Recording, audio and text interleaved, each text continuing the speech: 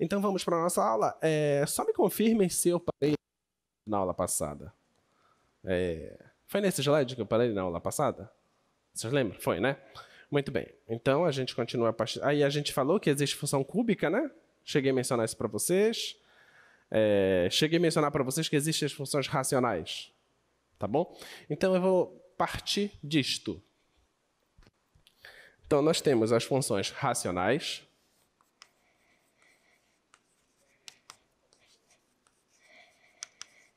E é um tipo de função, um dos tipos mais utilizados em cálculo. Tá? As funções racionais são aquelas em que você pega um polinômio e divide por um outro polinômio. Tá? E aqui você vai ter uma função. Tá bom? Claramente que o domínio de todo polinômio é todo número real. Aqui também é todo número real. Só que, se esse polinômio tem raízes, então o domínio dessa função já não vai ser todo número real. Tá bom? Porque não pode dar zero aqui na divisão. Então, o que você precisa entender é que o domínio de f é uma coisa assim. Vai ser todos os reais menos as raízes desse polinômio q. Tá? É isso que tu precisa enxergar. Tá bom? Porque essa divisão não pode dar zero. Tudo bem? Aí, exemplos. Vamos supor que você tenha x ao cubo mais 2x dividido por x² menos x. Suponha que você tenha isso. Tá bom? E eu quero determinar qual é o domínio dessa função. O que é que você vai fazer? Você só precisa verificar onde que esta função aqui dá zero. Tá? Porque em cima não tem problema nenhum. Então você olha para o x² menos x, e isso é a mesma coisa que x vezes x menos 1, certo? Tá bom? Agora, quando que um produto dá zero? Um produto dá zero quando um deles é zero, concorda? Então, isso aí é zero se o x é zero ou se o x é igual a 1. Então, o domínio dessa função f eu vou dizer aqui que são x pertencente aos reais, tal que o x é diferente de zero ou x diferente de 1. Tá bom? Esse é o domínio. Você pode escrever assim, você pode escrever também assim, ó, r menos 0 e 1. Pode fazer assim também, tá? Qualquer uma das duas formas está correta, tá bom? Então esse é o domínio dessa função. A sua prova tem 4 funções para você determinar o domínio, tá? 2 delas nós praticamente fizemos aqui em sala. Essa função nós trabalhamos com ela? Aula passada? Trabalhamos? Sim ou não? Só me lembra. Não? Tá, então vamos trabalhar com ela. Então deixa eu pegar essa função racional. F de x igual a x² mais 3x menos 4 vezes x² menos 9. Isso tudo dividido por x² mais x menos 12,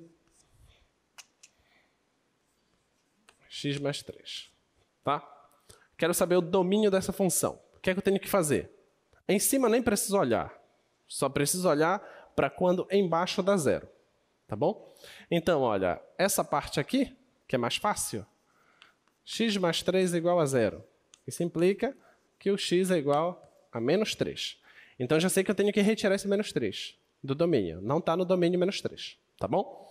Vamos olhar para esse aqui de baixo agora. x² mais x menos 12 igual a zero. Quando é que esse polinômio de grau 2 dá zero? Quem chuta as raízes aí? 3, né? Tá? Porque 3 ao quadrado dá 9, com mais 3 dá 12. 12 menos 12 é 0. Tá bom? 3 e menos 4. Tá bom? Menos 4 ao quadrado aqui dá 16. 16 com menos 4 dá 12. 12 menos 12 é 0. Tudo bem? Tá? Então, olha, as raízes desse polinômio aqui é 3 e menos 4. Tá bom?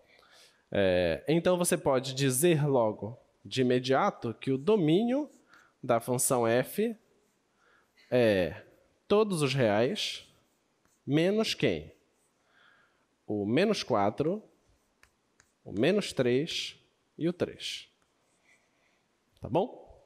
Esse é o domínio. Alguém pode perguntar para vocês, será que é possível reescrever essa função?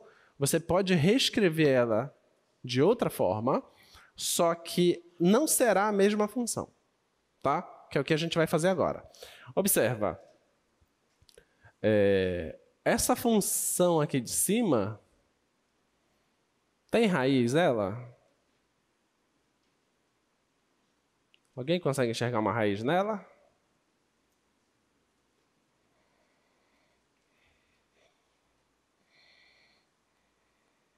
Um é raiz, né? 3 vezes 1 é 3, com mais 1, 4. 4 menos 4, 0. 1 é raiz. Menos 4 também é raiz, tá? Menos 4 aqui dá 16, aqui dá menos 12, menos 12 com menos 4 dá menos 16, 16 com menos 16, 0. Tá bom? Então, isso aqui tem raízes 1 e menos 4. Então, observa, note que x² mais 3x menos 4 é a mesma coisa que x menos 1 vezes x mais 4. Tá bom? Isso aqui porque as raízes é 1 e menos 4. Tá? E ainda mais, esse carinha aqui, ó, esse x² menos 9, ele pode ser escrito como x menos 3 vezes x mais 3. Então, pronto, eu consegui decompor todos esses polinômios. Então, eu consigo reescrever essa função f da seguinte forma. Esse polinômio aqui é esse produto, tá? Então, é x menos 1, x mais 4. Tá? Esse aqui é esse produto aqui. X menos 3, x mais 3. Tá bom? Isso tudo dividido por esse cara aqui. Só que esse polinômio, eu já sei que eu posso reescrever ele da seguinte forma, ó. Como as raízes são 3 e menos 4, ele pode ser escrito como x menos 3, x mais 4. Tá? Pode ser escrito como esse produto. Então, vai ficar x menos 3, x mais 4. Tá bom? E aqui está o x mais 3. Isso tudo multiplicando. E agora, o que eu faço? O que eu faço aí? Hein? O que vocês fariam? Cancela. Cancela os fatores aí, né? Olha, dá para cancelar o x menos 3 com x menos 3. Tá bom? Dá para cancelar o x mais 4 com x mais 4. E dá para cancelar o x mais 3 com x mais 3. Sobra o quê? Só x menos 1. Aí eu te pergunto, x menos 1 é a função f?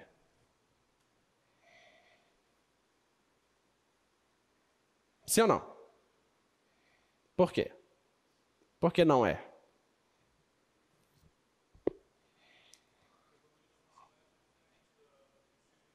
Perfeito. Tem domínios distintos, então não são funções iguais. Tá? Então, essa função aqui não é mais a função f, ela é uma outra função. Tá bom? Então, eu vou colocar f-til aqui. Tá? Ela é uma função em que eu manipulei a função f, fiz uma simplificação adequada e cheguei aqui. O que difere essa função da função f? O domínio. O domínio da função f, não tem o 3, o menos 3 e o menos 4. O domínio dessa função til, todos os reais. Tá? Então, o domínio aqui da f-til é todos os reais. Tá? Logo, a f é diferente da f-til. Tá bom? Elas são iguais em todo o domínio, exceto nesses 3 pontos. Elas diferem por 3 pontos, tá? Então, se você quer esboçar o gráfico da função f, isso aqui é bem estranho, você conseguir imaginar como seria o gráfico disso, mas o gráfico disso é muito fácil, tá? Então, deixa eu colocar, vou fazer aqui.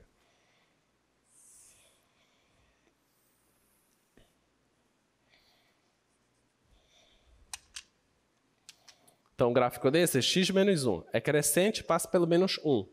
Então, passa por aqui pelo menos 1 e é crescente. Tá? Esse é o gráfico dessa função. Só que eu quero pensar na função f. Aí a função f não tem no seu domínio o menos 4, menos 3 e 3. Então, eu vou lá. 1, 2, 3, 4. Está aqui o menos 3, está aqui o menos 4, tá bom? Chego lá no gráfico e coloco aqui bola aberta, tá? Não tem gráfico aqui, tá bom? Vou lá no menos 3 e faço a mesma história. Aqui também não tem gráfico. É uma bola aberta, tá? O que mais? Vou lá no 3. Esse aqui é o 1. Esse aqui é o 2, esse aqui é o 3. Vou lá no 3, e aqui também não pode ter gráfico. Aqui é bola aberta. Tá bom? Então, esse aqui é o gráfico da função f. Tá? É uma reta com 3 buracos. Tudo bem? Deu para entender isso? Tá? Então, a função f não é a mesma que a função f-til. A função f-til é uma função que nos facilita a enxergar os processos de conta, enxergar gráfico, essas coisas. Mas ela não é mesmo que a função f. Tudo bem? Muito bem.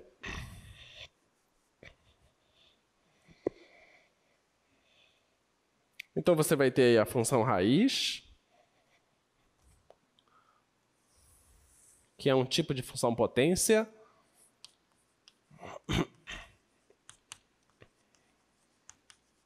A função raiz quadrada,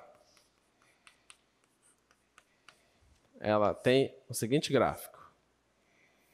Isso aqui é o gráfico dela, tá? Eu te pergunto, por que não tem gráfico aqui para o lado esquerdo? Por quê? Isso, não existe raiz quadrada de número negativo. Então, a raiz é só do 0 para lá. Então, o domínio dessa função é só os reais positivos, certo? Pode escrever assim, tá? Só maiores ou iguais que 0, tá bom?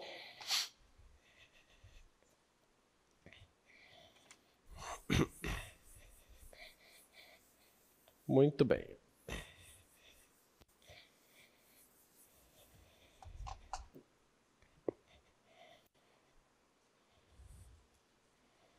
Aí temos essa função potência, que não me interessa. Essa função agora aqui. Função definida por parte. Vocês chegaram a estudar funções definidas por partes no ensino médio? Através das funções modulares. Quando vocês estudaram funções do seguinte tipo. X mais 1 mais x menos 2, por exemplo. Se você for trabalhar com esse tipo de função, você vai chegar numa função definida por parte, tá? Onde o gráfico desse tipo de função geralmente é assim. Às vezes é assim, às vezes é assim, tá? São esses tipos de gráficos. Então, são funções definidas por partes, tá bom? Só você trabalhar um pouquinho que você vai chegar em coisas desse tipo. Mas o que eu quero agora é aquela função que eu coloquei lá. Só projeta pra gente, por favor. Então, a função ela é 1 menos o x². Se o x for maior ou igual que menos 1, e ela é 1 menos x, se o x for menor que menos 1. Obrigado. Então, vamos olhar para essa função e tentar enxergar como é o gráfico dela, tá? E descobrir como é também o conjunto imagem, tá bom? Vamos colocar aqui, tentar pensar como seria esse gráfico.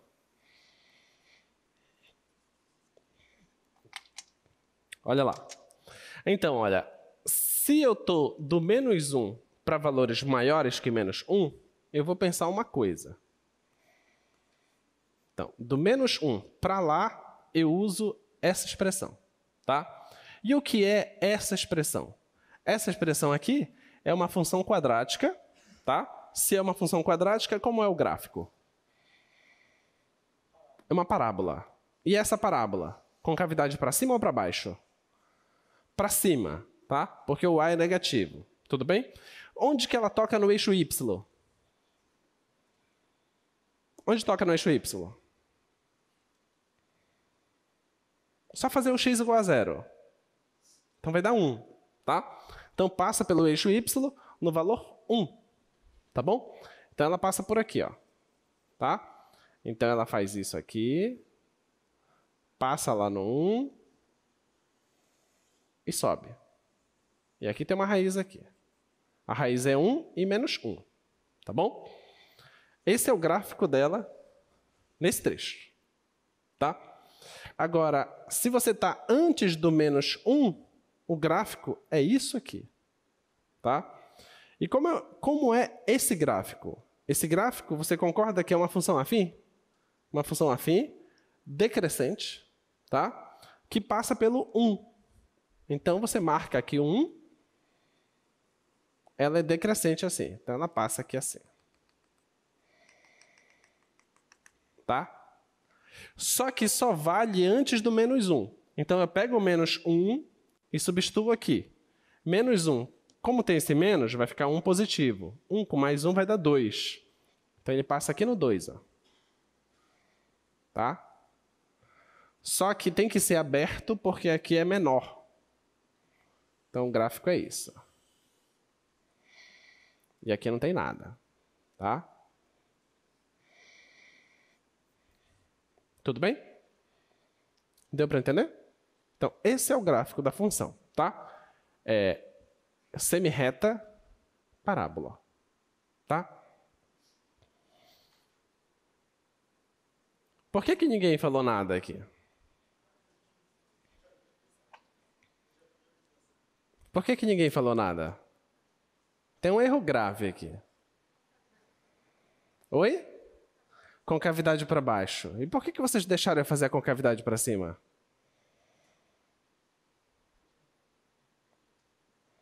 Hein? Ninguém fala nada.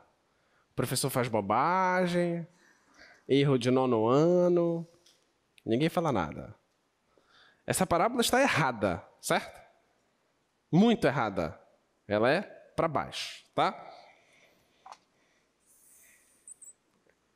E isso acontece também na prova. Acontece muito na prova. Tem um colega que todo mundo acha que ele sabe. Aí ele vai e faz uma bobagem na prova dele. Aí o colega do lado olha para a prova e vê isso está errado. Não, mas ele é bom. Vou fazer igual ele. Aí começa a desgraça. Aí o outro olha a desgraça do outro. Aí vai um erro em cadeia, né? O gráfico é isso aqui, ó. Tá? Para baixo. Tá bom? Menos 1, 1. E continua. Tá? Esse é o gráfico. Parábola para baixo. Isso aqui é negativo. Tá? Não me façam cometer essas falhas. Muito bem. Passa aqui pelo 1. E eu te pergunto, qual o domínio dessa função f? Qual o domínio? Qual é o domínio? Existe algum número real que eu não posso fazer essas contas? Existe? Não, dá para fazer sempre essas contas. Então, o domínio é todos os números reais. Tá? Agora, a imagem. Quem é a imagem da função f? Quem é a imagem? Você concorda que do 1 para baixo todo mundo está sendo alcançado? Sim ou não? Todo mundo. Então, essa parte aqui está sendo... Como eu vou conseguir escrever que tudo isso aqui faz parte da imagem? Como eu consigo escrever isso em forma de intervalo? Como seria? De menos infinito até quanto? até 1 positivo, tá? E 1 fechado, tá bom? Então, esse intervalo aqui eu posso escrever como de menos infinito até 1, fechado, tá? Agora, olha, a imagem, ela vai aqui do 2, aberto, e tudo aqui para cima. Como que eu escrevo isso em forma de intervalo? Como eu escrevo? De 2 até mais infinito, tá? Então, esse intervalo aqui é de 2 aberto até mais infinito. Agora, eu vou juntar os dois, tá? Então, a imagem é de menos infinito até 1 fechado, unido com 2 aberto até mais infinito. Tá bom? Esse é o conjunto imagem dessa função. Deu para entender?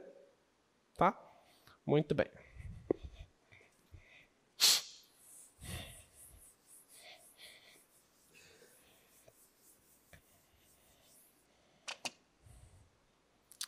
Ah, lembrei. A sua prova ela é 4 questões de domínio, 4 questões de função par e função ímpar. É isso. E uma questão de composição. Tá? Cada uma vale 1 ponto, então aqui dá 8, com mais 1 aqui 9. Tá bom? Muito bem, muito bem, muito bem. Vamos para o slide da aula de hoje. Então, na aula de hoje, a gente fala de funções inversas, transformações do gráfico e composição. Hoje eu vou apresentar uma função para vocês bem bonitinha, chamada de funções hiperbólicas. E vamos falar também da inversa dela, que é o arco hiperbólico de alguma coisa. Tá bom? Vamos lá.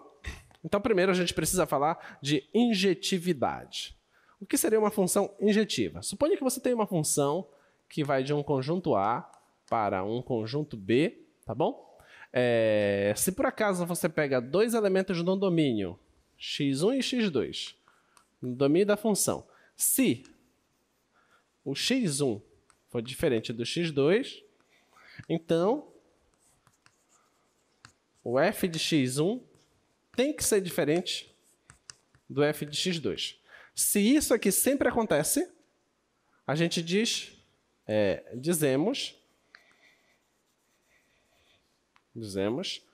que a f é uma função injetiva. Tá bom? Se você pega elementos diferentes do domínio, tem que ser levados em elementos diferentes na imagem. Isso garante, então, que a função é injetiva. Essa é a definição de ser injetiva. Uma outra forma de você falar isso, uma forma equivalente, é a seguinte. Se a f de x1 for igual a f de x2, então você tem que conseguir provar que o x1 tem que ser igual ao x2. Tá bom? Se você pega 2 caras que têm a mesma imagem, então esses caras têm que ser iguais. Tá? Isso que é ser injetivo.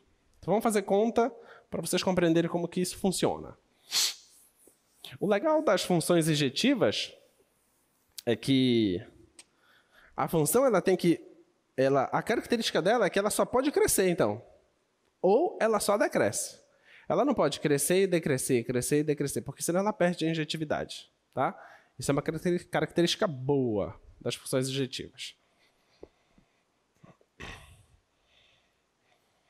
Vamos pegar essas funções. Um exemplo. Exemplo 1. Função afim. Será se a função afim é injetiva? O que você acha? Função afim é injetiva ou não? Sim ou não? Sim. Por quê? Por quê? Porque ou ela só cresce ou ela só decresce. Então, claramente tem que ser injetiva, tá? Mas tem que provar isso. Então, vamos fazer o seguinte. Vamos pegar 2 imagens que são iguais. Então, sejam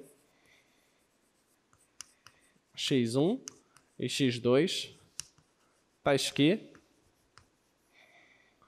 f de x1 é igual ao f do x2. Tá bom? Então, pegando dois caras que têm a mesma imagem. Eu tenho que provar, então, que eles são iguais. Tá? O que é f de x1? Onde tem x, eu coloco x1. Então, vai ficar a x1 mais o b. Isso é igual a x2 mais o b. Olha, o b está positivo, passa para o outro lado negativo. Então, eu já posso cancelar, né? Então, vai ficar a x1 igual a x2. Se é uma função afim, então esse a tem que ser diferente de zero, concorda? Essa é a definição, isso é função afim, tá? Se é diferente de zero, quando passar para lá, posso cancelar o a com a. Cancela a com a, sobrou quem? x1 igual a x2. Conclusão, f é injetiva. Tá bom? Então pronto, todas as funções afins são injetivas. Vamos pegar um tipo de função racional?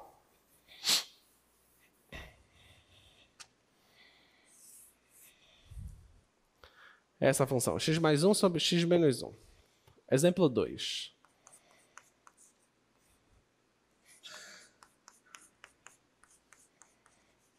X mais 1 sobre x menos 1. Será se essa função é injetiva? O que é que eu vou fazer? Mesmo processo. Vou pegar dois caras, dizer que eles têm a mesma imagem. Eu tenho que provar que então eles são iguais, tá? Então eu vou fazer f de x1 igual a um f de x2. No lugar do x eu coloco x1, então vai ficar x1 mais 1 dividido por x1 menos 1. Isso é igual a x2 mais 1, x2 menos 1. Tá bom? Vou multiplicar cruzado. Vai ficar x1 mais 1 vezes x2 menos 1 é igual a x2 mais 1 vezes x1 menos 1. Vou distribuir isso aqui. Vai ficar x1 vezes x2. x1 vezes menos 1 dá menos x1. 1 vezes x2 dá x2. E 1 vezes 1 dá menos 1. Isso é igual. Esse vezes esse vai dar x1, x2. Esse vezes esse dá menos x2. Esse vezes esse dá x1. E esse vezes esse dá menos 1. Agora, você observa o seguinte, que esse cara está aqui do outro lado, você pode cancelar. Esse cara está do outro lado, também você pode cancelar. Então vai sobrar. Vou passar o x1 para lá e vou passar o x2 para cá. Vai ficar x2 com mais x2 vai dar 2x2. E o x1 passa para lá, vai dar 2x1. Cancela o 2, vai ter que x1 é igual a x2. Então são iguais. Tá bom? Conclusão, essa função é uma função injetora. Tá? Então, f é injetora. Tudo bem? Agora a função sobrejetora.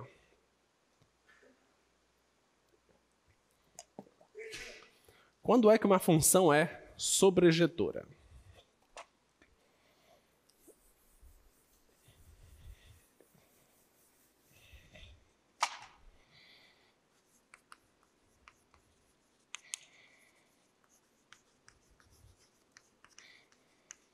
Ó, como é que ela é?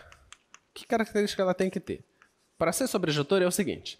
Se você tem uma função que vai de A a B, você pega qualquer elemento em B, tá? Então, para todo cara que você pegar em B, tem que existir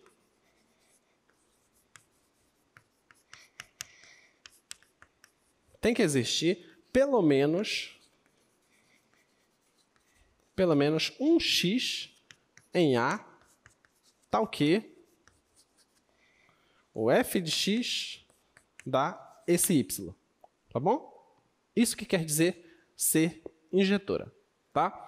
Ou seja, todo cara que está lá no contradomínio, ele é alcançado por alguém do domínio, tá bom? Ou seja, o contradomínio é a própria imagem, tá? Não sobra ninguém lá do contradomínio sem ser alcançado por alguém do domínio. Isso que quer dizer ser sobrejetora, tá? Então, exemplo, função cúbica, função f de x igual a x ao cubo, é uma função sobrejetora e injetora, tá? O gráfico dela é uma coisa assim, tá bom? Ela cresce, tá? Vai lá para menos infinito e vai para mais infinito. Função que não é sobrejetora. Função quadrática não é sobrejetora. Por quê?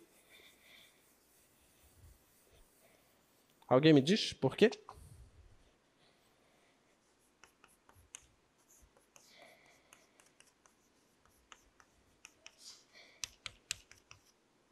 Isso aqui não é sobrejetora e nem injetora. Por quê? Por que função quadrática não é sobrejetora e nem injetora? Alguém me diz.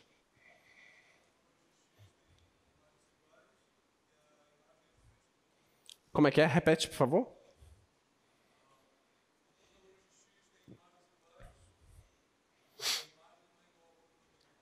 Quem são esses caras? O colega está dizendo que existem elementos do domínio que são diferentes, mas as imagens são as mesmas. E eu estou perguntando para ele quem são esses caras. Vou te dizer logo que existem infinitos, mas eu preciso saber quais são. Quem são? São infinitos pares, que têm as mesmas imagens. Diga. Não. Isso depende da parábola. Vai. Quem são esses caras? Não? Oi? Não. Eu vou só fazer uma continha para vocês. Vocês lembram disso aqui?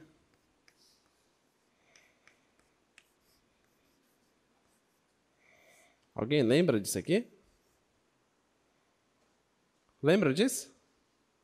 Vocês lembram que eu posso fazer a seguinte conta? Eu posso pegar um tal de x1 e somar com um tal de x2 e dividir por um certo 2. E isso aqui é um menos b mais a raiz do delta sobre 2a mais um menos b menos a raiz do delta sobre um 2a. Já fizeram essa conta alguma vez na vida? Já, né?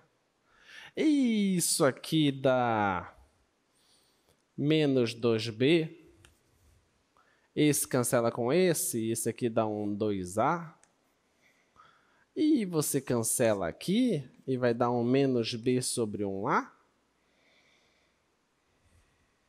Alguém já fez isso?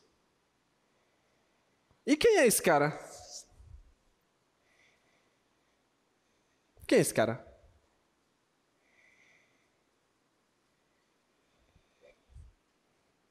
Não acredito. Quem é esse cara?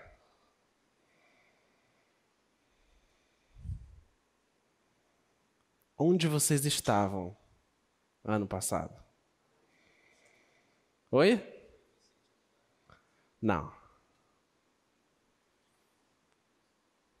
Olha que eu vou descobrir quem foi o professor de matemática de vocês, ou a professora de matemática de vocês. Vou. Não é difícil saber de onde vocês vieram. Coisa mais fácil do mundo. Primeiro porque vocês são muito famosos. Vai, quem é esse cara?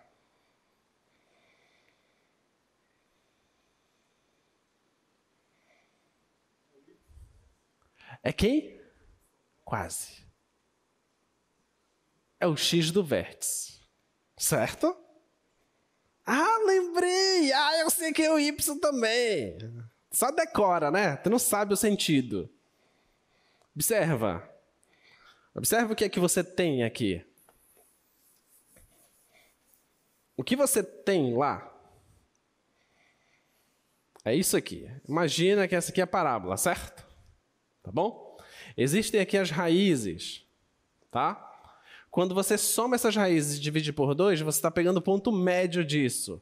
O ponto médio disso vai dar bem aqui, ó. Desse carinha. Esse carinha é o vértice. E esse carinha aqui é o x do vértice. Aqui você tem o seu x1 e aqui você tem o seu x2. Concorda? Certo? Então, as raízes, elas são equidistantes do x do vértice. Tá bom? Então, se são equidistantes do x do vértice, significa que elas têm a mesma imagem. Tá? E qualquer carinha que eu passar aqui, ó, qualquer reta paralela ao eixo x, vai tocar em dois caras que estão no gráfico, certo? E que estão equidistantes ao vértice, porque a parábola tem um eixo de simetria, então esses caras têm a mesma imagem, tá? Se tem a mesma imagem, nunca vai ser injetora. Tudo bem? Deixa de ser injetora, tá? E por que não é sobrejetora? Por que a função quadrática não é sobrejetora?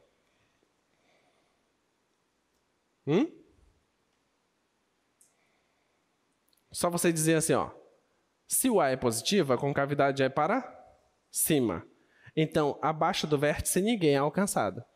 Entende? Se o A for negativo, a concavidade é para baixo. O vértice é o ponto mais alto. Ou seja, acima do vértice, ninguém é alcançado. Tá? Essa é a explicação de que ela não é sobrejetora. Tá bom? Muito bem. Continuando. Função inversa. O que é que a gente vai querer fazer aqui da função inversa? Eu quero que vocês só façam uma continha comigo. Que vocês já sabem fazer. Como é que vocês faziam lá para determinar a inversa da função?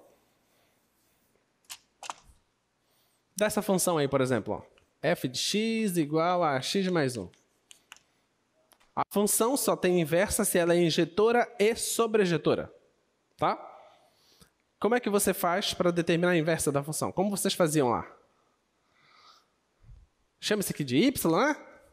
Igual a x mais 1. Quem é a inversa?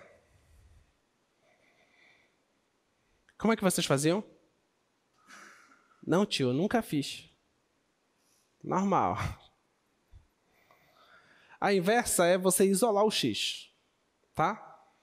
Faça alguma coisa para isolar esse x. Só passar o 1 para cá, então y menos 1 é a inversa. Tá? Ok? Vamos pensar. Como seria?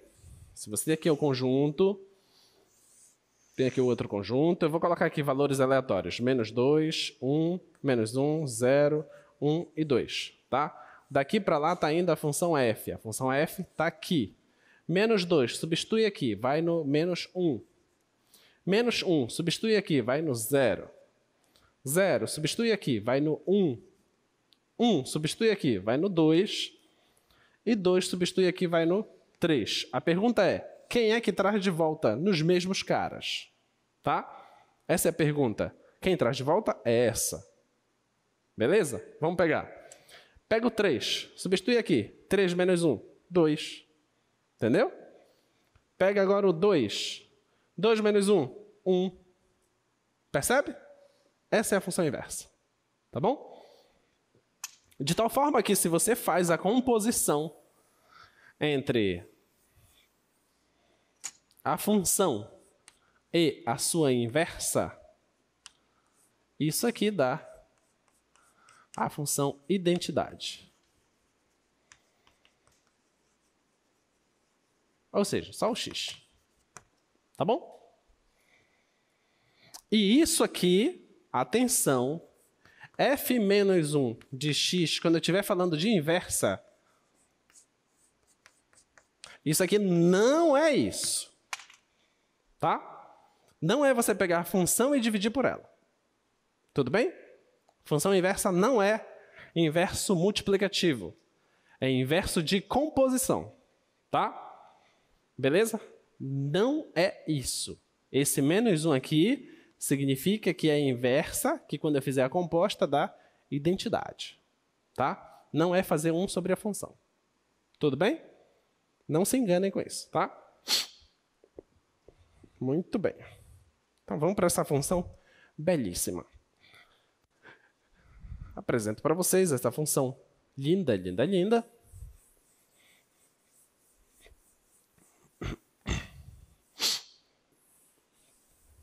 Que a gente vai querer determinar agora a inversa dessa função.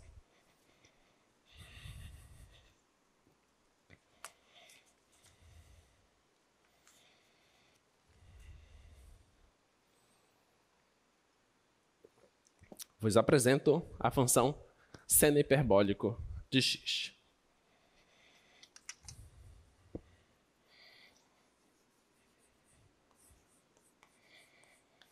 Seno hiperbólico de x nada mais é que a exponencial de x menos a exponencial de menos x dividido por 2. Tá? Essa é a função seno hiperbólico de x. Não vai estar agora na tua prova, mas vai estar na tua prova em alguma prova. Já te digo. Na verdade, vai estar em pelo menos 2 provas. Vai estar na tua prova de derivada, vai estar na tua prova de integral. Eu só vou decidir ainda onde que eu vou colocar ela, tá bom? Mas ela vai estar lá, isso é certeza, tá? Então, essa função seno hiperbólico de x, tá? E se tem seno hiperbólico de x, você já deve imaginar que deve existir cosseno hiperbólico de x, né? Já deve imaginar que deve existir essas coisinhas, tá? Eu quero saber quem é a inversa dessa função. Então, se eu chamo isso aqui de y é igual a exponencial de x menos a exponencial de menos x dividido por 2, o que eu quero fazer é conseguir isolar esse x, tá? Isolar o x, é isso que eu tenho que fazer, tá bom? Então, 2 está dividindo, passa multiplicando, vai ficar 2y é igual a exponencial de x menos... Se tem menos aqui, quer dizer que eu posso escrever isso da seguinte forma. 1 sobre a exponencial de x. Tá bom? Esse e é aquele número de Euler que eu falei para vocês. 2,7 alguma coisa. Tá? Muito bem. Tem um exponencial aqui embaixo. Eu posso multiplicar tudo pela exponencial para eliminar esse cara aqui de baixo. Tá? Então, isso aqui vai ficar 2y exponencial de x é igual... Olha, exponencial vezes exponencial vai dar exponencial ao quadrado, tá? Vai ficar exponencial de x ao quadrado. E exponencial vezes essa fração vai dar o 1. Tá bom? Vou passar esse carinha por outro lado. Vai ficar assim, ó. Exponencial de x ao quadrado. Esse carinha aqui está positivo, vem para cá negativo. Menos 2y exponencial de x, e está aqui o menos 1. Isso é igual a 0. Tá? E aí, como a gente resolve isso?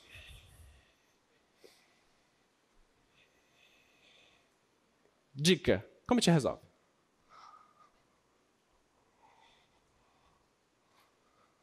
Vocês sabem resolver isso? Equação do segundo grau. Perfeito. Equação do segundo grau. Todo mundo já enxergou que aquilo ali é uma equação de segundo grau? Sim ou não? É claro que é uma equação de segundo grau. Né? Você tem uma coisa aqui que está ao quadrado e tem essa mesma coisa aqui. Então, a gente pode só mudar de variável para você enxergar melhor. Então, vamos mudar de variável. Isso é uma das coisas que a gente mais faz em cálculo. Vamos mudar de variável. Vamos chamar o seguinte, ó, z é igual a exponencial de x. Tá bom? Então, onde tiver exponencial, eu coloco z.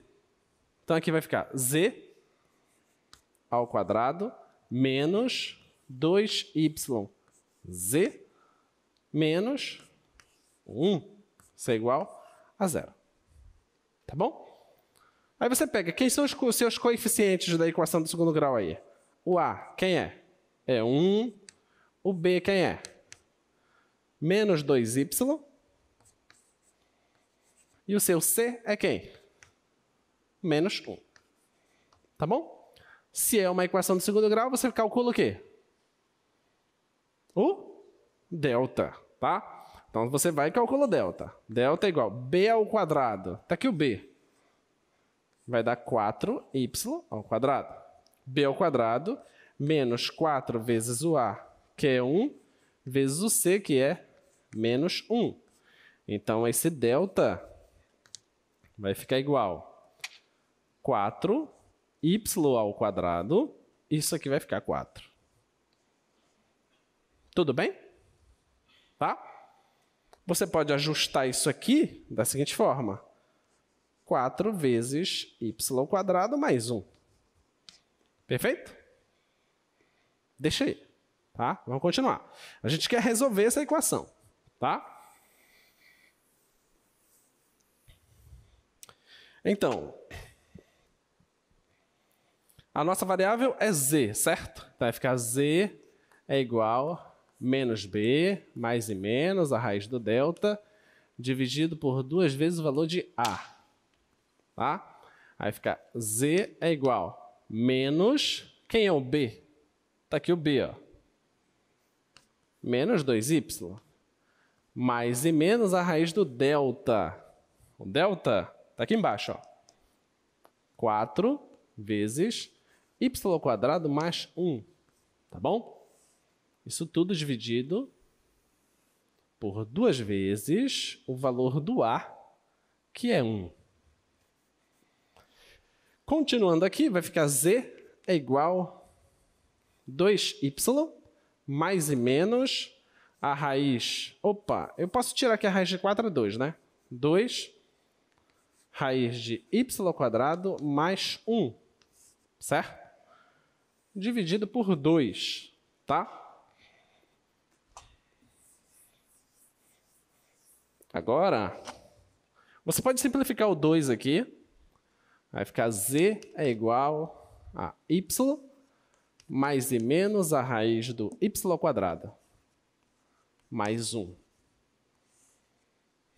Tá bom? Lembra quando você resolve equações do segundo grau? Sempre você verifica se é admissível as duas raízes? Se a raiz positiva e a raiz negativa fazem sentido? Lembra que você faz isso, né? Então, vamos olhar para cá. Observa. Se não tivesse esse 1 aqui, se não tivesse ele, a raiz de y ao quadrado seria y dentro de módulo, certo? Só que... Tá, deixa. Seria o y. Imagina que vem sair só o y, tá? Dentro do módulo. Y mais y daria 2y. Tá? Esquecendo o módulo por enquanto. Tá? Y menos y daria 0. Ok? Só que eu estou somando com uma coisa aqui. Então, quando eu tiro a raiz aqui, vai sair uma coisa que é maior do que o y. Você concorda com isso?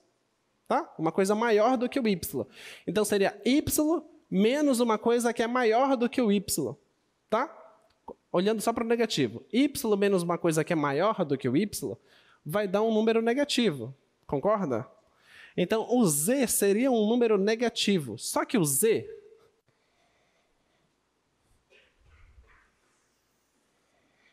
O z é uma exponencial. A exponencial não assume valores negativos. Tudo bem? Então, a raiz negativa é inadmissível. Só serve a raiz positiva. Tá? Então, somente nos interessa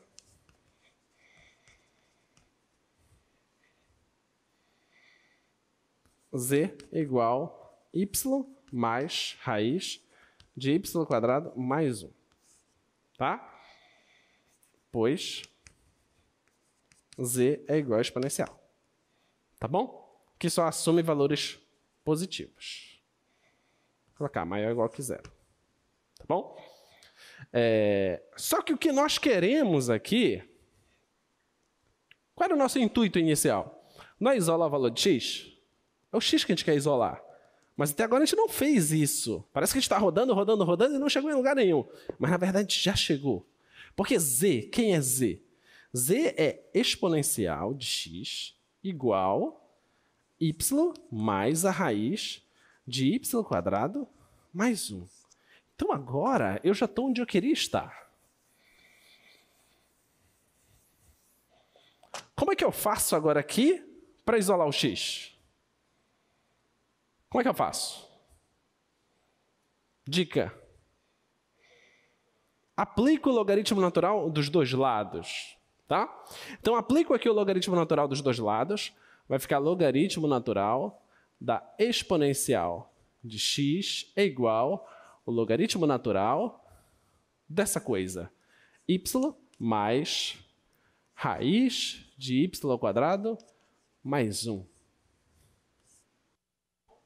Agora, quanto é o logaritmo da exponencial de x? Quanto é isso? É aquela propriedade lá, lembra? Só para você ter uma certa certeza, isso aqui é log da base e de ex, tá? O x está no expoente, vem para frente, vai ficar x vezes o log de e na base e. Só que toda vez que o logaritmando for igual a base, isso dá 1, certo? O resultado? X. Tá bom? Então, isso aqui é x. Isso aqui é igual logaritmo natural de y mais raiz de y² mais 1. Ok? E eis aqui, vos apresento a função belíssima chamada de arcseno hiperbólico de y. É o logaritmo natural de y mais raiz de y² mais 1. Bom? Gostaram de conhecer a arcseno hiperbólica? É tão lindo ver empolgação nos olhos de vocês. Então vamos para a composição de função. Então, tendo apresentado a função hiperbólica, já sabe que a gente vai encontrar cosseno pela frente e que a gente vai ter identidades trigonométricas envolvendo seno e cosseno, tá bom? Seno e cosseno é hiperbólico, tá?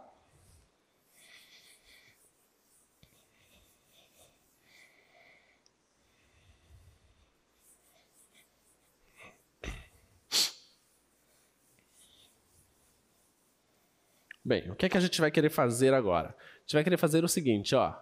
Imagina que você tem aqui um conjunto A, você tem aqui um conjunto B e você tem aqui um conjunto C. Tá bom? Aqui o conjunto A, o B e o C. E você sabe como sair do conjunto A para o conjunto B. Isso você faz por uma certa função f. Tá? Você sabe como sair do conjunto B para o conjunto C. Você faz isso com a função g. Só que para você fazer isso, você faz essa conta. Para você fazer isso, você faz essa outra conta. Só que alguém pode pensar assim, ó, mas eu tenho a necessidade de sair daqui para cá. E eu não estou afim de fazer duas contas. Tá bom? Não quero fazer isso. Quero fazer uma conta só. Tá? Então, essa é fazer isso. G bola f, que é a composição das funções. Tá bom? Nota que isso aqui é fazer isso aqui. De x, isso aqui é g da f de x. Tá? O que é isso? Observe aqui, o x ele tem que estar no domínio da f. Tá? Então, eu vou pegar um x que está bem aqui. Então, eu tenho que partir de uma coisa que faça sentido na função f. Tá bom? Alguém que está no domínio da f. Então, o x precisa estar no domínio da função f. Só que quando você sai daqui e chega no conjunto B, você tornou agora, você se transformou o x em um certo f de x. E esse f de x vai ser aplicado na função g. Então, esse f de x tem que estar no domínio da g. Tá? Então, o f de x precisa pertencer ao domínio da G. Se isso não acontece, não faz sentido fazer a composição. Tá? Composição é algo fácil e simples que você faz todos os dias da sua vida. Todas as vezes que você precisa pegar 2 ônibus. Quem pega 2 ônibus para vir para cá? Qual ônibus que você pega? Sim. Águas Lindas e qualquer UFPA. Né? Então, a nossa colega, seu nome? Nicole. A Nicole pega Águas Lindas para vir para a universidade. Águas Lindas chega aqui? Não chega aqui. Então, a Nicole, você sai de Águas Lindas mesmo, né? Então, pronto. Então, a Nicole está em Águas Lindas, certo? E ela pega o ônibus de água, com o nome Águas Lindas. E você, não querendo saber todo o seu trajeto, mas você costuma descer onde, Nicole? Oi? Na Júlio César. Pronto. A Nicole desce na Júlio César. Tá? Ela desce lá na Júlio César. Ao descer na Júlio César, só faz sentido a Nicole descer na Júlio César se tiver alguém que passa na Júlio César e traga ela para o FPA. Deu para entender? Aí ela faz a composição. Naturalmente, na Júlio César eu sei que passa Curuçambá, Cidade Nova 6, né? Deve ter outros ônibus do FPA lá. E a propósito, é bem estratégico esse local onde ela pegou, porque eu acho que passa todos os UFPAs por ali. Então você pode escolher qual vai estar menos lotado, né? Então, de lá ela pega um que venha para o FPA. Ok? Então, essa é a composição que a Nicole faz. Imagina agora que a Nicole resolve mudar o trajeto dela. Ela diz assim, hoje eu vou fazer diferente. Eu vou pegar um Uber, né? Ou um transporte qualquer. Vou sair de Águas Lindas e vou descer em um trecho da parte nova lá, da João Paulo II. Tá? É um dos trechos lá. Eu vou descer mais especificamente naquela ponte bonita que é feita de eu acho que é de cobre, talvez, aquilo. Bonita aquela ponte, né? Falar em ponte bonita, pode ser uma questão de prova, aquela ponte. Eu vou passar qualquer dia desse lá. Faz tempo que eu não passo lá. E falar nisso, tem uma parte mais bonita ainda. Na BR ali, em Ananindeua, eles estão fazendo um elevado, né? Todo elevado tem que ser aterrado, né? Meio encurvado assim. Eu já imaginei uma questão, fica belíssima. Belíssima, belíssima. Integral, vai ser uma questão de integral essa, já sabe. Vai ter uma questão de um elevado, agora tem que pensar na ponte. A gente chega lá. Então, se ela pegar um transporte desses particulares e descer na João Paulo II, nessa ponte belíssima, o que vai acontecer com ela? O que vai acontecer com ela? Ela vai ter ônibus de lá para cá? Não tem ônibus ali. Entendeu? Então, por mais que ela tenha saído de um domínio que ela conhece, mas ela não chegou em um domínio de uma outra função. Entendeu? Então, precisa tomar esse cuidado. Então, sempre que você fizer composição de função, tem que tomar esse cuidado. Não basta simplesmente estar no domínio da primeira, tem que estar no domínio da segunda. Tá? Então, como vocês estão estudando cálculo, de hoje em diante, até o pegar ônibus de vocês vai ser mais interessante. Porque você vai sempre pensar assim, será que dá para fazer uma composição? Aí você diz, dá. Basta pensar nos domínios direitinho. Né? Muito bem. Então vamos lá. G de x igual a 2, x mais 2, f de x igual a x mais 3. Vamos fazer a composição G bola F.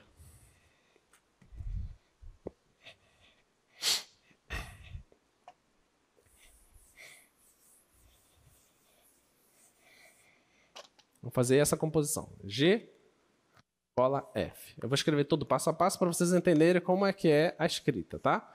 Então, isso aqui significa que tu tens que, dentro da função G, tu vais colocar a função F. Tá bom? É essa a conta que tu tens que fazer, ok? Você olha para a função g. Quem é a função g? É isso aqui, ó, tá? Função g é 2, então você escreve 2 dividido, pode projetar já o quadro aqui, tá? Então, a função g, como é que é? 2 dividido, aqui está dizendo que é x mais 2, mas é x se aqui for x, tá bom? Mas lá não está x, lá está f de x. Então, aqui vai aparecer f de x mais 2. Sacaram o negócio aí? Tá bom? Então, continuando. Isso aqui é igual 2 dividido... Quem é a f? Aí eu vou para a sentença da f. Está aqui, ó. A f é x mais 3. X mais 3. Mais o 2. Isso aqui é igual 2 x 3 mais 2, 5. Então, essa é a composta. G, bola F, é 2 sobre x mais 5. Tudo bem? Essa é a composta, tá? Qual é o domínio da composta? Domínio dessa. Todos os reais menos o menos 5, tá? Qual é o domínio da F? Todos os reais. Qual é o domínio da G? Todos os reais menos o menos 2. Ok? Percebeu que são coisas distintas? Os domínios são distintos. Tá bom? Então, olha, se no domínio dessa você tem que retirar, o domínio dela é os reais menos o menos 5, e eu começo tudo com a F, a primeira conta que eu faço é com a F, tá? Quem é que eu tenho que tirar do domínio da F para que eu não use menos 5? Quem que eu tenho que tirar? Vamos pensar. Quem é que não pode estar aqui?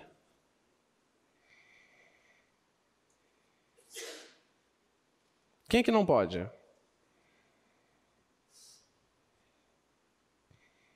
Não é essa aqui a F? Não é essa a F? Olha, se tiver aqui no lugar do x o menos 5, menos 5 com mais 3 dá menos 2. Menos 2 com 2 dá 0. Entendeu? Então, eu tenho que tirar lá da F, lá do início, eu tenho que tirar o menos 5. Tá bom? Apesar do menos 5 estar no domínio da F, na hora de fazer a composição, eu tenho que retirar ele do domínio da F, senão dá problema. Tá? Essa é a ideia. Tá bom? Então, treinem bastante essas composições para vocês entenderem como é que funciona. Tá? Deixa eu ver. Eu vou fazer logo funções pares e ímpares. Tá bom. Vou fazer funções pares e ímpares e depois a gente retorna um pouquinho.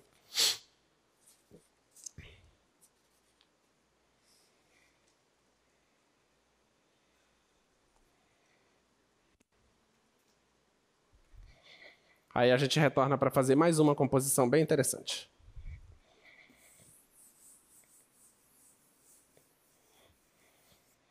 Olha lá, definição. Definição, uma função ela é par. Uma função é par se ela satisfizer isso. F de menos x é o próprio f de x. Isso para todo x no domínio da função. Tá? E essa função, eu vou chamar ela de ímpar se, aqui é se, f de menos x foi igual a menos o f de x. E isso para todo x no domínio da função. Tá bom? Então, você vai dizer que a função é par se acontece isso. Se você troca o sinal aqui, mas a imagem se mantém. E ela é ímpar. Se você troca o sinal aqui, troca o sinal da imagem. Tá? Então, se eu te dou essas duas definições, vamos fazer exemplos. F de x igual a x quadrado. O que você acha? É par ou é ímpar? Qual é a conta que tu tens que fazer? No lugar do x, você coloca menos x. Tá? Então, vai ser f de menos x é igual a menos x ao quadrado. Menos x ao quadrado é a mesma coisa que x ao quadrado, certo? Só que x ao quadrado é a própria função. Bem, f de menos x deu f de x. F de menos x igual a f de x, então a função é par. Tá? Beleza.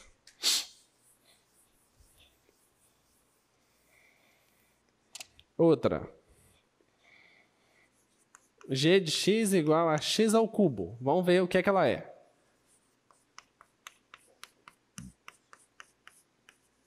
Olha, g de menos x vai ficar menos x ao cubo. Só que menos x ao cubo é a mesma coisa que menos x ao cubo. Mas isso aqui é menos AG. Tá bom? Então o sinal saiu. Significa que a função é ímpar, tá? Muito bem. Próxima questão. H de x igual a x mais x ao quadrado. O que você acha que é essa função? Par ou ímpar? Vamos fazer. H de menos x. No lugar do x, você coloca menos x. Então, aqui vai ficar menos x mais menos x ao quadrado. Aqui continua menos x mais... Aqui vai dar x quadrado só. O sinal vai embora. Qual é a relação que tem esse com esse? Olha, o sinal do primeiro. O segundo se manteve. Então, isso não é igual à função e nem igual a menos a função. Tá? Qual é a conclusão que a gente chega, então? Qual é a conclusão? Que a função não é par e nem é ímpar. Tá? As funções elas não se resumem a serem par ou ímpar. Elas podem não ser nada disso. Ok? Então, esse aqui é um exemplo de uma função que não é par e nem é ímpar. Na tua prova tem função par, tem função ímpar e tem função que não é par e nem ímpar. Tá?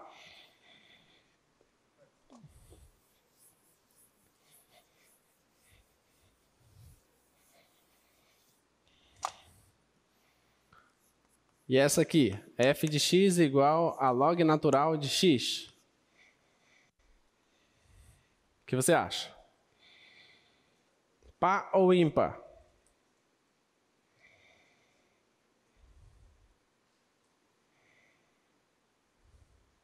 Hein? Vai querer fazer conta para essa? Sim ou não? O logaritmo não está definido só para números positivos? Você não tem que trocar o sinal do domínio? Você não pode fazer isso no logaritmo. Entendeu? Então, não é par nem ímpar. Tá? Você não pode fazer essa conta pelo logaritmo. Muito bem.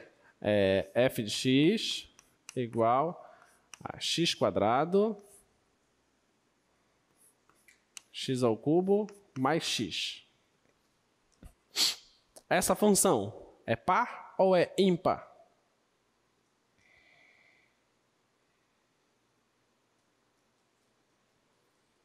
Oi? Vamos fazer a conta. F de menos x é igual a menos x ao quadrado, menos x ao cubo, mais menos x. Então, isso aqui em cima vai dar x quadrado. Embaixo vai dar menos x ao cubo. Ó. Menos x ao cubo. E aqui vai dar menos x.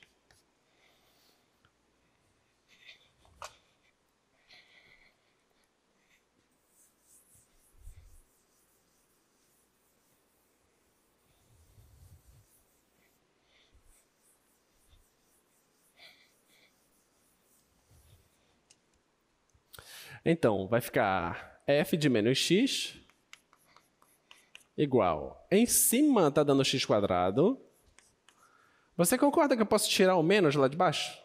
Botar em evidência? Coloca aqui menos aqui. Vai ficar x ao cubo mais x, certo? Tá bom? E agora, isso aqui não é a própria função f? Então, isso aqui é igual menos a função f. Então, quer dizer que a função é o quê? Ímpar. Tá? Uma função ímpar. Agora, a melhor de todas. G de x igual seno de x dividido por x mais x ao cubo mais x à quinta mais x à sétima mais x à nona mais x elevado a 5.793. Par ou ímpar? Você tem que olhar e dar a resposta.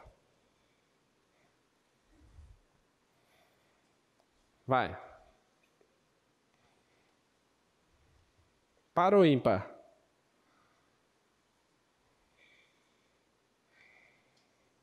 A única dificuldade, a princípio, é o seno. Tá? Aí você lembra no ciclo trigonométrico, que você é safo nisso, que o seno é esse eixo, certo? Tá bom? Se você pega aqui um ângulo alfa e pega aqui um ângulo menos alfa, alfa e menos alfa, a imagem deles tem sinais opostos. Então, seno de alfa é igual a menos o seno do menos alfa, tá? Significa que ela é uma função o quê? Ímpar, tá? A função seno é ímpar. Então, essa aqui de cima é ímpar. E o que a gente sabe sobre a função de baixo?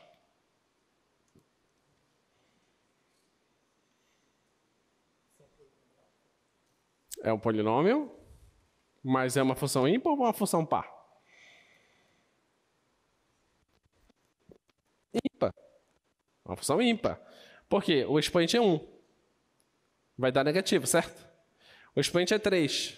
Vai dar negativo. O expoente é 5. Vai dar negativo. O expoente é 7. Vai dar negativo. 9 vai dar negativo. Esse aqui vai dar negativo. Coloca o negativo em evidência. Beleza? Aqui em cima não vai dar negativo também? O negativo cancela com o negativo. Então vai dar a própria função. Certo? Então, essa função é uma função par. Porque em cima é ímpar e embaixo é ímpar. Beleza? Tá? Muito bem.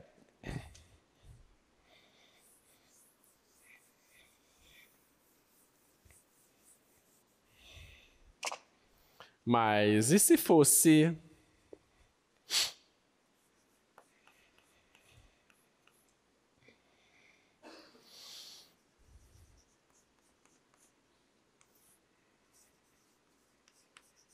essa? Ímpar ou par? Seno sobre cosseno. Qual é a resposta? Ímpar ou par? O seno é ímpar. E o cosseno é par. Então, o quociente vai dar ímpar. Tá bom? Muito bem, muito bem. Então, você já sabe. Funções ímpares e pares. Impossível tirar menos de 9 na prova. Impossível.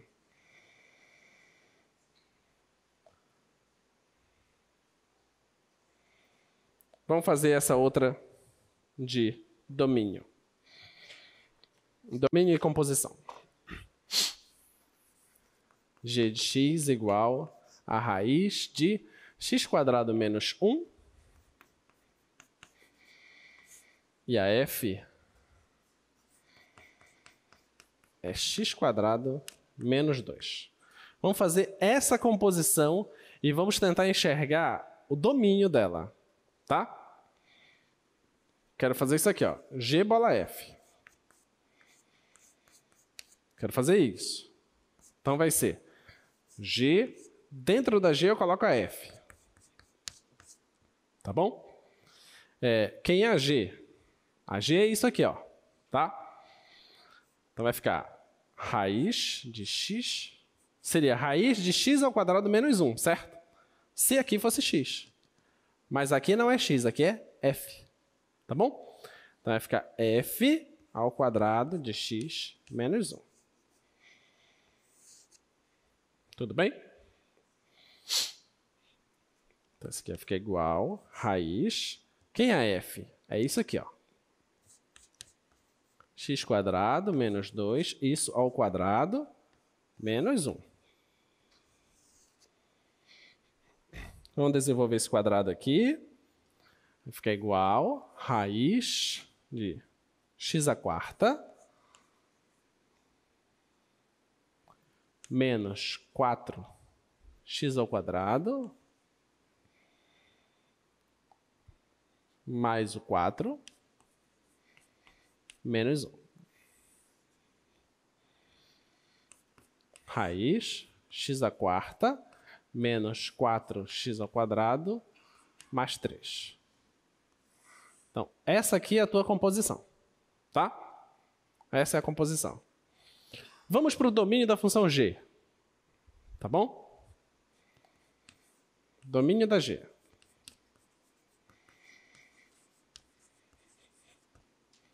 Vamos lá.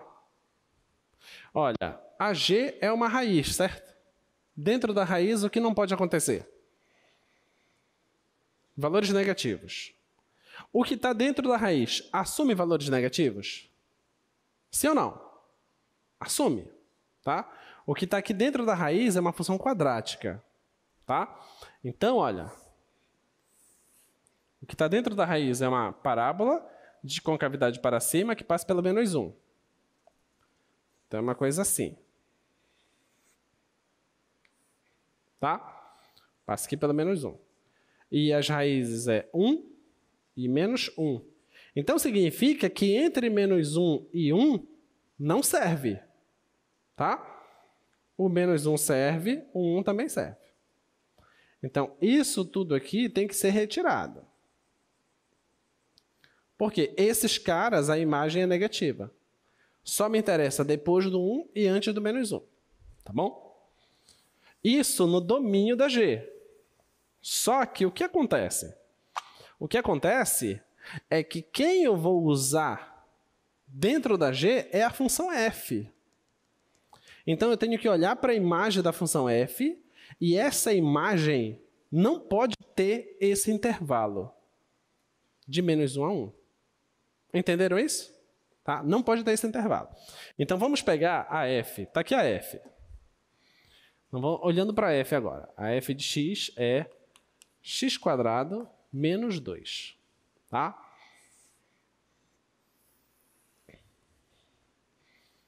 Vai lá. Concavidade para cima, passa pelo menos 2. Menos 2. E ela faz isso aqui, ó. As raízes. Raiz de 2 e menos a raiz de 2. Tá bom? Aí você se pergunta, a f, em algum momento, ela assume valores entre menos 1 e 1? Resposta sim. Ela passa aqui no menos 2. Ó. Então, menos 1 está aqui no meio. Então, ela passa no menos 1, ela passa no 1. Esse trecho todo tem que ser retirado. Tá? Isso aqui é a imagem da função f. A imagem da função f vai para dentro do domínio da função g. Tá bom? Esse intervalo vai ser jogado aqui dentro. Ó. Eu não quero que isso aconteça, então eu tenho que retirar esses caras. Retirar esses caras é fazer o seguinte, ó. Eu tenho que olhar aqui e ver quem é esse cara. Quem é esse cara?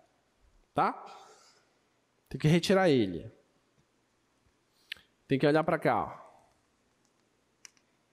E pergunto, quem é esse cara? Quem é esse cara? Tá? Tem que tirar eles aí. Então, vamos lá. Vamos retirar, por exemplo, o menos 1. Quando é que x² Menos 2 dá menos 1. Passo 2 para lá, vai ficar x² igual a 1. Então, isso acontece com x igual a mais e menos 1. Mais e menos 1. Então, olha, de menos 1 até 1, todos esses caras, a imagem é esse pedaço. Então, não serve esses caras. Aqui, bola aberta, tá? Bola aberta aqui também. Então, todos esses caras aqui têm que ser retirados. Todos, todos, todos. Tá bom? Todos eles têm que ser retirados, tá?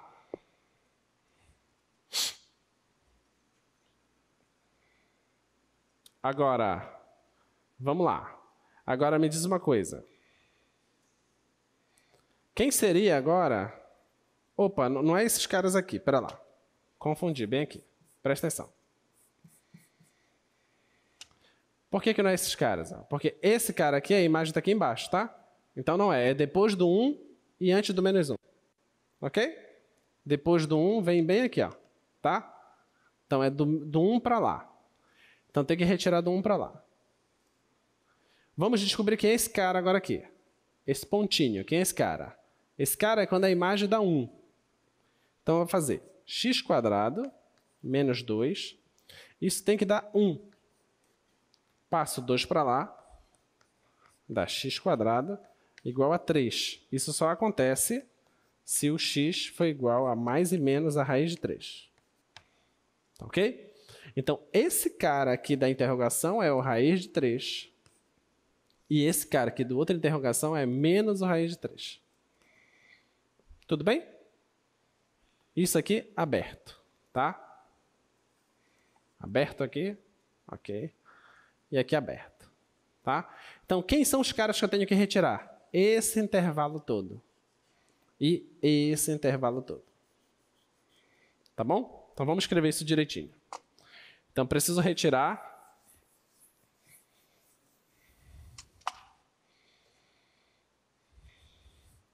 Precisamos retirar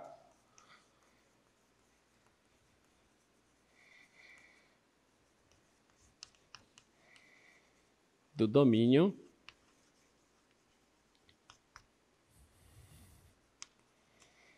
da f os intervalos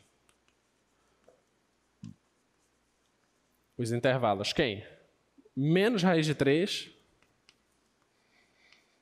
até o menos 1 e do 1 até a raiz de 3. Ok? Tem que retirar esses dois intervalos. Retirando esses dois intervalos, você pode fazer a composição sem problema nenhum. Deu para entender, pessoal? Tá? Muito bem.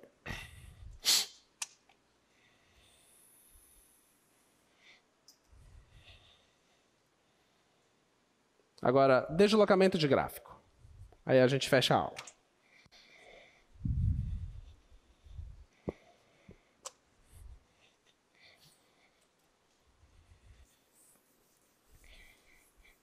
Essa parte de deslocamento de gráfico a gente vai fazer no GeoGebra na próxima aula, tá? Hoje a gente vai dar só a noção do que acontece.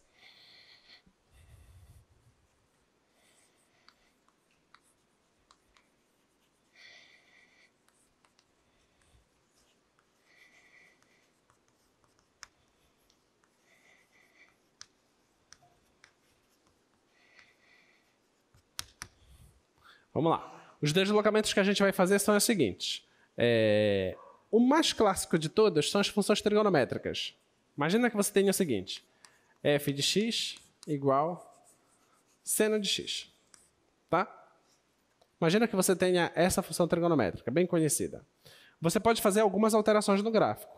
Por exemplo, eu posso pegar uma f, vou chamar de f1, e ela vai ser o seguinte. Eu vou pegar uma constante a e vou somar com o seno. Se eu pegar uma constante a e somar com o seno, o que vai acontecer com o gráfico do seno? Quem sabe? O que acontece com o gráfico? Pega uma constante e soma com o gráfico. Se a constante for positiva, o que vai acontecer com o gráfico? O gráfico vai ser deslocado para cima. Se a constante for negativa, o gráfico vai ser deslocado para baixo. Então, essa constante aqui, ela faz um deslocamento vertical.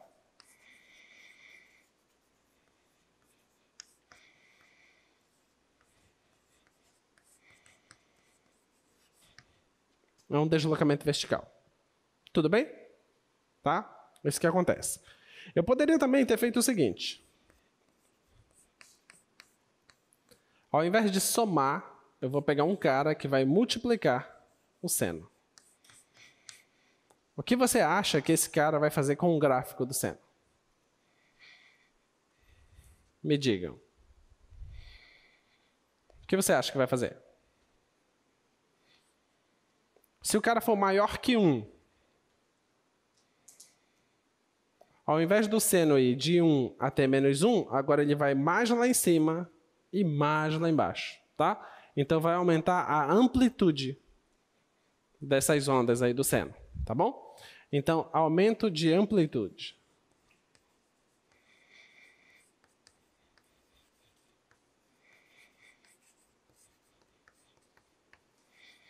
Tá? A crista da onda acontece mais lá em cima e mais lá embaixo. Se o cara for maior que 1.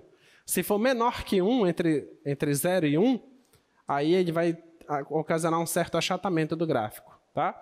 Imagina, se o gráfico é isso aqui, ou ele vai acontecer isso, ó, de mais lá em cima e mais lá embaixo, ou vai acontecer isso aqui, ó, de menos em cima e menos embaixo. Tá? Alguma coisa desse tipo. Tá bom? Agora, suponha que eu não estou fazendo isso. Suponha que eu estou fazendo isso aqui. Ó. F3 de x é o seguinte. É seno de c vezes x. Tá? Estou pegando um cara e estou multiplicando aqui dentro do argumento. O que você acha que vai acontecer? Se o cara for maior que 1. O que você acha que acontece? Vai ter uma diminuição do período do gráfico. Tá? O gráfico vai vibrar mais rápido ou ele vai vibrar mais devagar. Tá bom? Vai fazer uma contração do gráfico ou fazer uma ampliação do gráfico. Tudo bem? Só que a diversão não está em você fazer essas coisas assim. Você pode continuar mexendo mais ainda. Você pode fazer o seguinte. Você pode pegar uma F4 e fazer o seguinte. Seno de x mais um certo d. Tá bom? Somar alguém no argumento. Tá? Se você soma alguém no argumento, não há deformação no gráfico. O gráfico continua tendo a mesma amplitude, continua tendo o mesmo período, só que ele vai ter um deslocamento horizontal. Ou ele vai ser arrastado para a direita ou vai ser arrastado para a esquerda. Tá bom? É isso que vai acontecer. Então, nesse aqui, acontece um deslocamento horizontal. Tá? E qual você acha que é a melhor diversão?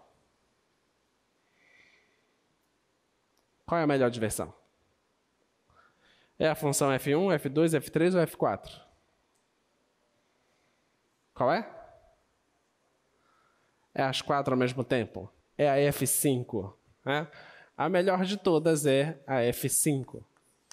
Que é quando você pega a função e faz o seguinte, soma, multiplica, coloca a função, multiplica de novo e depois você soma. Essa é a melhor de todas. É quando você faz isso tudo de uma vez só. Tá? Porque quando você estiver na prática, se você estiver fazendo análise de algum comportamento de material, de dilatação, seja lá o que for, nunca vai aparecer uma coisa bonitinha assim, ó. Bonitinha assim. Não, na prática isso não existe. Na prática as coisas que acontecem são mais próximas a isto aqui. Tá? E você precisa compreender qual a influência de cada um desses números. E esses números, nós chamamos eles de parâmetros. Tá? Parâmetros. A gente precisa perceber quais dos parâmetros têm a maior influência sobre o gráfico da função. Quais eles são mais determinantes no gráfico da função. Tá bom? É isso que faz toda a diferença. Tá? Então, na próxima aula a gente continua. Tá? Na próxima aula a gente vai ver, deixa eu só lembrar aqui rapidinho. A gente vai falar de funções trigonométricas. Então, primeiro estuda para a prova de sexta, depois, a partir de sexta, você estuda as funções trigonométricas, que é o que a gente vai falar na segunda. Tá bom? Tchau, tchau, pessoal.